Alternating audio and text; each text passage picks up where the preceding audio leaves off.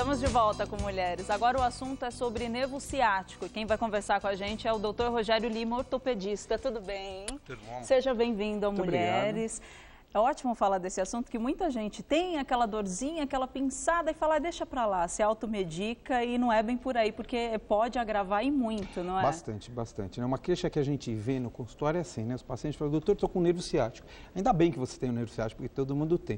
O problema são os problemas no nervo ciático, as várias dores que eles causam, tudo isso. Onde fica localizado o ciático? Então, na verdade, o nervo ciático é assim, a gente tem a coluna e ela saem as várias raízes nervosas entre uma vértebra e a outra. Dessas raízes, elas vão se formar para fazer o nervo ciático. Aqui a gente consegue ver melhor, as raízes saindo, ela no meio da musculatura se formam e formam o nervo ciático. Entendi. Agora, em relação aos sintomas que a gente quer saber, entender como funciona, às vezes com formigamento, aquela pinçada, é legal a gente identificar para saber exatamente, né, se é ou não. Nós temos algumas imagens, pode colocar aqui para a gente dar uma olhadinha. A gente vai ver se é mito ou verdade, algumas dores também, né, que aparecem aí, se é dor no nervo ciático. Olha aqui, é bem a localização então, aqui que a você gente tinha vê, falado. aqui é o nervo ciático, ele já formou, e aqui são as várias raízes, né, que formam o nervo. Olha, eles saem aqui dessa região da coluna onde está em vermelho, e desce e vão aqui. Então, muitas vezes o paciente tem uma sintomatologia no pé, um formigamento no pé, e ele é causa de um problema aqui em cima no nervo ciático. Então, não necessariamente é aqui, a dor é lá em cima. O que a gente explica para o paciente, o básico é o seguinte, é igual como a gente tem um problema no telefone. Às vezes o problema é no nosso telefone, é ali, mas está na rede, na rua, está em algum outro lugar e está dando problema naquele telefone. No caso, no pé, às vezes na perna do paciente, na coxa, a depender da onde você vai ter o problema nesse nervo. Mas como que o médico descobre? Ou até o paciente mesmo em casa? Então, a gente tem a seguinte ideia. Para cada uma dessas raízes que saem da coluna, a gente sabe que ela vai inervar uma determinada região na perna, ou seja, vai fazer um determinado movimento. Então, o nervo que sai entre a quarta vértebra lombar e a quinta vértebra lombar, ele vai ser responsável por uma função na perna.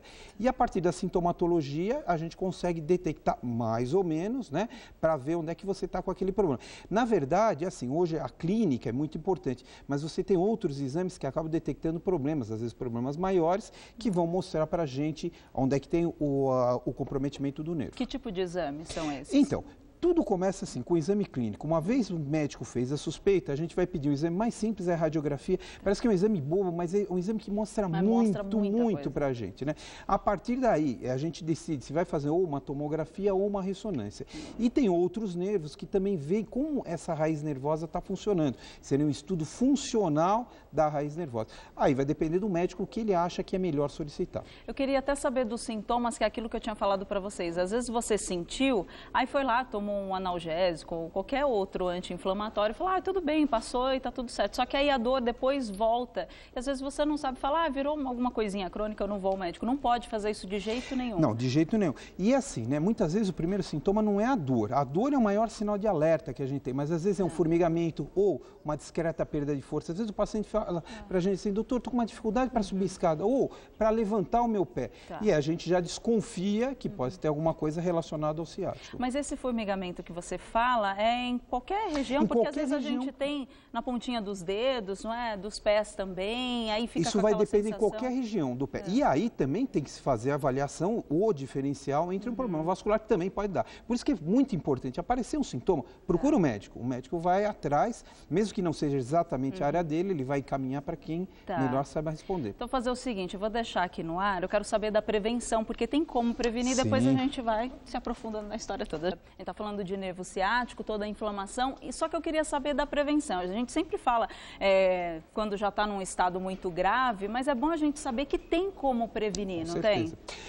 O que a gente preconiza sempre é a atividade física, né? Isso é fundamental. Evitar o cigarro, que também é outra coisa muito importante, sabe? Que os fumantes têm 40% dos fumantes têm problema nas costas.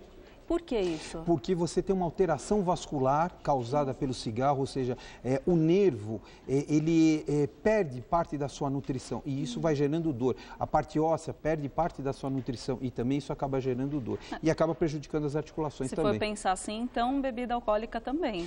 Bebida alcoólica também, tanto que a gente tem etiologias, a neuropatia alcoólica, que é um assunto específico, não dá só no ciático, dá em todos os nervos, né? E também causa lesão importante importantíssima na parte da estrutura, qualquer estrutura nervosa. Nossa, e ninguém pensa nisso, a gente vai vivendo igual maluco. Deixa eu ver aqui os mitos e verdades. Vamos ver o que tem aqui de bom pra gente. Pode colocar. Toda dor no glúteo é inflamação na ciática?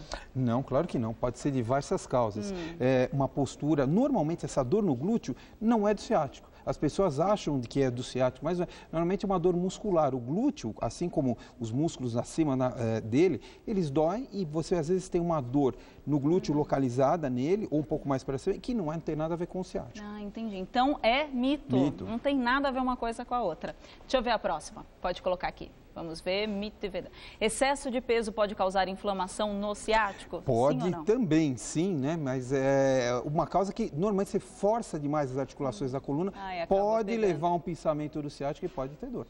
Nossa, é sério, hein? É muito sério. Deixa eu ver o próximo. É verdade, então, é isso mesmo. A última. Salto alto. Com a mulher que não gosta de salto. Não vem falar que vai doer, que não dói vai tudo. Doer. Não? Não vai doer. Olha lá, gente. O salto alto, como tudo, né, tem que ser usado com parcimônia, com equilíbrio. Mas não é porque a paciente, a mulher, está usando salto alto que vai ter dor nas costas. Não necessariamente. Tá, mas o uso frequente, vamos supor, todo dia. A mulher gosta, é muito vaidosa e tudo mais. Vai depender de paciente. Assim, eu não colocaria como uma causa. Tá, então não é. Não é um mito. É mito, gente. Pode usar. Não, não é verdade. Não é verdade, é um mito. É mito. Muda tudo, deixa pra lá.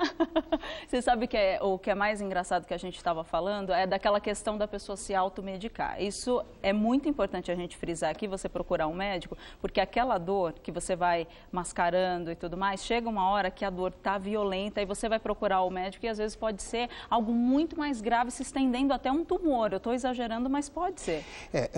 Toda dor, a gente coloca assim, né? A dor é um alarme que a gente põe no carro, na casa da gente, né?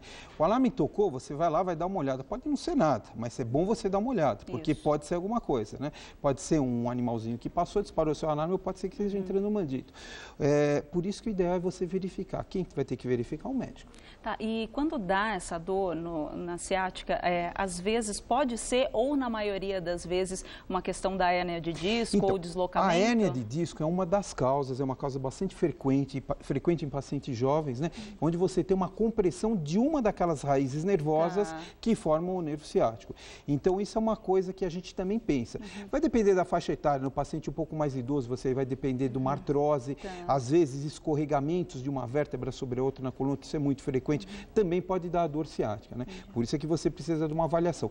A dor ciática, ela é um conjunto de sintomas, né, que você tem que pode dar por uma série de doenças. Então, eu já te falei 3, artrose, escorregamento na coluna, a hérnia de disco, ou pode ter um processo, simplesmente um processo inflamatório inespecífico, ou seja, sem causa, que a gente não consegue determinar a causa, às vezes por uma postura errada e que gera essa dor. Tem até uma dúvida de um telespectador, pode colocar aqui pra gente, vamos dar uma olhadinha. Vamos lá, vai colocar. Ó, qual a duração da inflamação do nervo ciático? A Andressa de São Paulo. Um beijo para você, Andressa. Obrigada pela participação. Então, a duração é assim, depende da causa. Você entende? E depende até da causa para a gente indicar ou não uma cirurgia. Então, o que acontece? Paciente com dor, uma semana, normalmente é o tempo que ele acaba procurando um médico, às vezes já vem até com os exames prontos para a gente. A gente vai solicitar os exames específicos, digamos que venha o resultado, né, que tem uma hérnia de disco. A gente parte para o tratamento conservador, normalmente com fisioterapia, com acupuntura, com medicações, RPG, então são coisas que funcionam bem. A partir de um determinado tempo, a gente já começa, quando não há melhora, a gente já começa a pensar em tratamento cirúrgico. 90% dos pacientes melhoram com o tratamento conservador, ou seja, mais ou menos um mês e meio, 2 meses o paciente melhora. Quando não melhora, ou quando você tem uma alteração neurológica importante, como perda de força, controle de esfíncter, às vezes o paciente que tem uma hérnia de disco, ele tem uma dificuldade para urinar, para evacuar, então ele perde o controle, o homem perde a ereção, né? Você tem uma anestesia entre as pernas, que a gente chama de anestesia. Então isso tudo é indicação cirúrgica, são casos mais raros. Quanto que deve se esperar? Mais ou menos a gente espera em torno de 6 semanas. A partir daí decide-se se vai operar ou não. Volto a repetir, 90% dos pacientes melhoram em 6 semanas com o tratamento. Os que não melhoram, a gente vai pensar em outro tipo de tratamento. Tá certo. Então, vocês viram o que tem que fazer. Tem que procurar um médico. Qualquer formigamento, agulhada, pinçada, é melhor procurar do que ficar se automedicando. Deixa eu passar aqui o seu site. Muito obrigada por ter vindo aqui. Eu sei que está um pouquinho quente. Tá calor. A gente está pingando aqui, olhando para o outro, está caindo aqui a lágrima. É www.rogeriovidal.com.br www.rogeriovidal.com.br. Eu espero que tenha esclarecido todas as dúvidas aí para vocês, como esclareceu para mim. Obrigada. Obrigada, viu? Feliz ano novo para você. Para você também, para todo mundo.